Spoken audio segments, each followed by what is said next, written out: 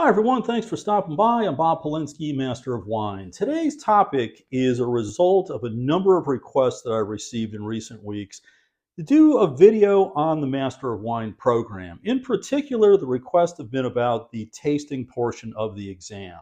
So, what I'm going to cover is a bit of background information on the Master of Wine program, the requirement in sitting the exam, what happens during the exam itself, my personal experience, and then I'm going to end with a blind tasting of a single wine. The origins of the Institute of Master of Wine link back to London in the early 1950s. London has long been the financial hub of the global wine world.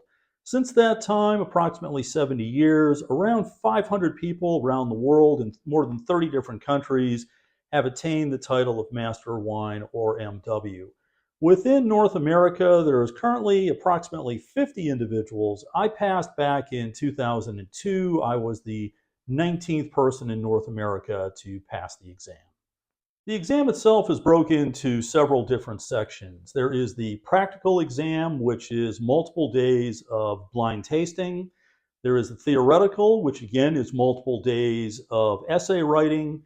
And the third component is the dissertation. For this video, the focus is on that practical or blind tasting. They're all morning sessions. This is how your day starts out with the exam. There are 3 consecutive days with 12 wines per day that must be identified. Day 1 is going to be white wines, day 2, red. Day 3 could be red, white, fortified, rosé, sparkling, could be most anything. Any wine that is available commercially is fair game to show up in the exam.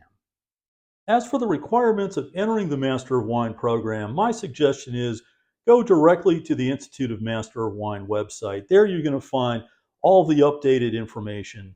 I will say, though, from a top line perspective, do keep in mind this is a multi year study program. This is not a memorization exam, there is no textbook.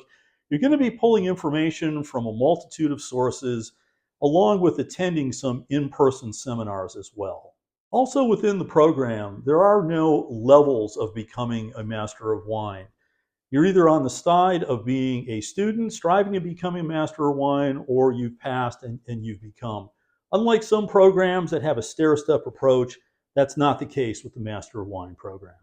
Also, the exam itself takes place just one time per year. It happens in multiple places around the globe. While hard facts and data points are important within the MW program, that is only the start. The exam is really more about understanding why things are the way they are. A lot of it has to do with comparing and contrasting from different places around the world. If you were an expert on Bordeaux, for instance, it would only get you so far in the exam. A global perspective is what's needed. There is no cookie cutter approach in terms of how to prepare for the Master of Wine program. If you spoke to several MWs, they would all give you different stories and what worked for them. What I'm going to share with you is my personal story. In terms of my personal background, no one in my family had ever been attached to the wine business. I did not live in a major wine production region, and actually, even getting access to trade shows and large tasting events usually meant some sort of major travel event. But what I did have going for me is I had a successful brick and mortar wine shop. I was an uber wine geek, I had a lot of energy. I focused heavily on knowing the classic regions, Bordeaux, Burgundy, Tuscany, so on. My feeling was if I knew those classics well, it would form a very good foundational base for me when I approached the MW program. And also, having this store provided me with access to most everything that I needed to prepare for the tasting. In terms of how I started in the Master of Wine program, it began with my ex wife who showed me an article in a magazine and said, "You need a challenge. Why don't you give this a go?" Well, I had no clue what the Master of Wine program was at that point. I did a bit more research, and it definitely did catch my attention. Now, at this point, I had a successful retail business. I knew that there would be considerable money investment to go through this program. Having the time was also very important. And the third piece that you just cannot discount is you need a circle of people who will support you through the process. And I know what you might be thinking. The answer is no, she's not my ex because of the MW program.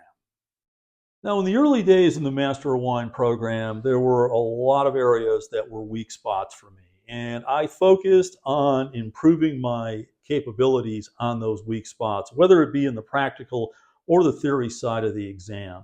But specific to the tasting side, the practical, I struggled mightily with the wines from South America. Chile and Argentina was very tough for me in blind tastings. So as the exam was coming near, I focused heavily on the classic regions and also on South America because there I was on a slippery slope. I was tasting around 500 wines per month leading into the exam itself. I did a blind tasting at least once a week, first thing in the morning, and then I would retaste those same wines with an open label that same night. In terms of preparing for the months leading up to the exam, it's clear that there are variables that you can control and there's some that you cannot. On the cannot side, you have no idea which wines are going to be poured on exam days. You have no idea what the questions may be. But the variables that I could control, I wanted those to be consistently the same. And I guess maybe I did get some solace out of having that consistency. I always tasted with the same wine glasses. For me, I use the Riedel Syrah glass, and really for no reason other than that's what I became accustomed to. I always filled the glasses to the same level, to the broadest part of the bowl. I tasted early morning whenever it was possible because that's when the exam time was going to play out. And even when I went to the actual venue, I traveled from Michigan to California, I always checked into the same hotel and I requested to stay in the same hotel room. In terms of making my way through the practical exam, I think there was one bit that was the absolute silver bullet for me, and that was a tasting grid. I built these out for each of the 3 days. They were all different based on the types of wines that I expected on those different days. I thought I had lost these grids, and just recently I was going through a box, and here they are. They're old and beat up and tattered, maybe a bit like me. Uh, it's either on a legal pad. Some of these are on old dot matrix, but this is something that I could recreate when I sat down to sit the exam. Because I had used these grids so much, it was just part of the muscle memory. And for day one, for instance, which was the white wine, on this grid, I had a vertical axis that listed all of the grape varieties, top 15 or so, things like Chardonnay, Sauvignon Blanc, Semillon, all the things you would expect. And then across the horizontal axis, the components that I intended to analyze: color, fruit, acid, residual sugar, oak, alcohol, balance, length. There were also comments on, did the wine have characteristics that were more in tune with warm or cool climate, new or old world? Was it more of an oxidative handling or protective handling? Comments on primary, secondary, tertiary fruit. Does the wine show any signs of skin contact, malolactic fermentation, old oak, new oak? And if it shows oak characteristic, what type of oak? So this is what I would build out for day one. I would have a separate one for day two and for day three. Now, this is something that, because I had used so much, I could actually recreate this within a matter of a couple of minutes on exam day. And this was something that gave me a bit of a sanity check. As I started to analyze each individual wine, there's a flow, there's a connection that should go from the way the wine looks to the way it smells, to the way it tastes, to that tactile impression. All of those things should come together, which ultimately are going to lead you to your end conclusion. Another variable that you can control, and for me this was so important, was time management. You have 12 wines, 2 hours and 15 minutes. I spent a maximum of 10 minutes per wine, with the thought being this would give me 15 minutes at the end where I could reread all of my responses. I could fill in any gaps that maybe I'd left, correct spelling errors, whatever problems there may be. But I would spend 3 minutes on analyzing the wine, about 7 minutes in writing up the response. With a little bit of luck, maybe there would be a few wines within that range that were bankers, wines that you felt very confident of. and perhaps it could buy me a few minutes for those wines that I was struggling with. And then 2 weeks prior to sitting the actual exam, I did a full-on mock exam. I used some old test papers as a template. I did 3 mornings of blind tastings. I did the full essay writing piece, the theoretical, in the afternoon. My feeling was this was going to help in terms of just getting calibrated to what was coming. Also, I knew there was a fatigue factor that was going to come into play. This is a long, drawn-out exam over multiple days. Being in tune with what was coming, I felt was going to provide me with some sort of advantage. Look, there's a lot of time, money, personal pride on the line. The exam's only one time per year. And for me, this was just one more step to be ready to sit the real deal. As for each of the morning tasting sessions, the routine is one where I'm trying to avoid spicy food early in the morning. I'm not drinking coffee. I'm going to taste one wine before I go into the tasting room just to calibrate the palate a bit. When you walk into the room itself, you're grabbing a seat and you're spread out amongst all your other people who are sitting the exam. And what's in front of you is 12 glasses. You may do handwritten exams. Some people may use a stripped down laptop. You've got some scrap paper in front of you and a couple of pens. That's all that you have. You get the exams, the questions are there, and it's go time. Here's a quick snapshot of the 2022 exam for paper 1. More examples can be found on the MW website. As you can see, there's a number of questions that could come your way. Anything pertaining to grape variety or varieties, place of origin, vintage, method of production, influence of weather, market position. You may get specific questions on the use of oak or perhaps residual sugar. All of these things are fair game. And it's a matter of being able to think on the fly, to think in the moment. You can see how this is not a memorization exam at all. For me, it was all about trying to provide transparency to the examiner. I wanted the examiner to see all the options that I considered, and at each point that I made a decision, it would be something that could be connected back to the glass in terms of the way the wine looked, the way it smelled, the way it tasted, and that tactile impression. And at the end, ultimately, then you're going to take a leap of faith.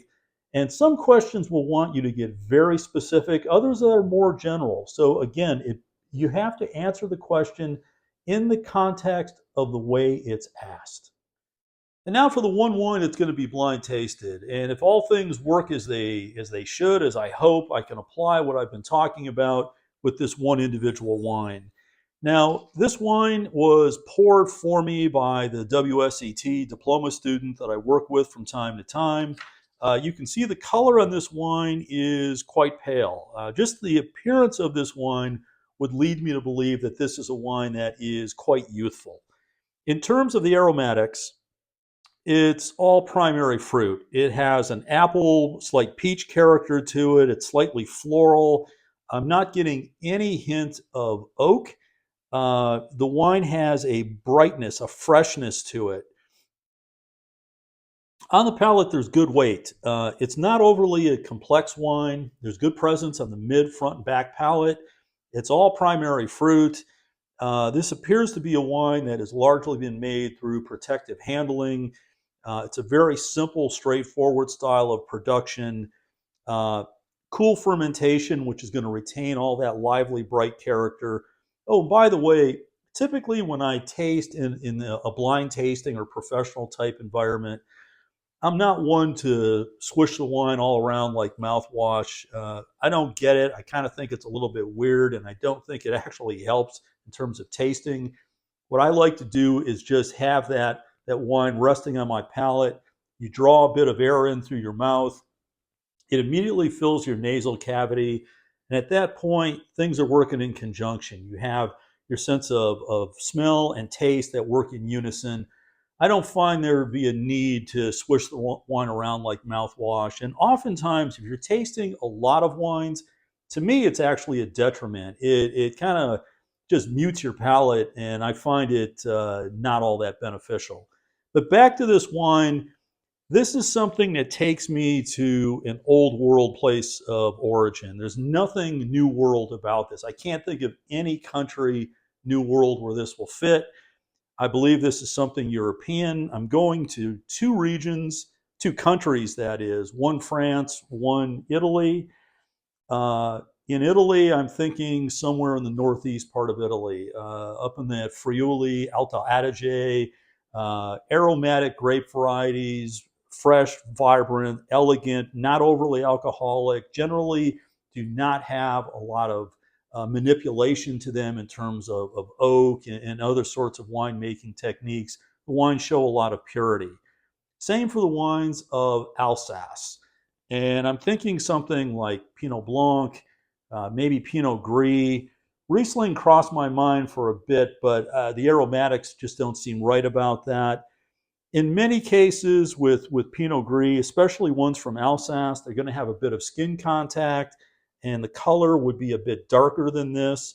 Oftentimes, too, they would also have a bit of elevated sweetness to them. Pinot Gris from that northeast part of Italy that I just mentioned, this doesn't seem to have quite the structure that I would expect with that.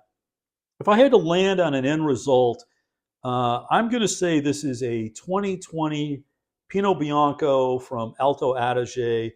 Very good quality. I'm going to say this wine is around $20 US, and it's drinking really well. I like the wine very much. And now for the reveal on the wine I just blind tasted. The wine is, it's a 2019 Fernand Engel Pinot Blanc from Alsace. Hit this reasonably close. I have the grape variety. I'm off by a year in the vintage. The back label shows the retail price of $18 US. I said 20, so reasonably close.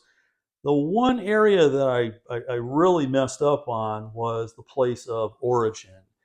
And that part's a little bit disappointing. I made the comment that the wine has a slight hint of sweetness to it. And that oftentimes is going to be much more characteristic of Alsace than it would be up in Alto Adige. So in that regard, I missed it. Look, blind tasting is very tough, and there are good days, there are bad days. The bottom line is, no matter how much you know about wine, there's plenty more that you don't know. So I think if you're into wine, you're always going to be a student, and that's not a bad thing. That's what really keeps wine so interesting and intriguing. I thank you for staying to the end of this video, and because you've done that, please do hit the like button. It would be greatly appreciated. Any comments that you have, post them down below. I try to follow up on each and every one. I hope you're drinking something great tonight, and until next time, cheers.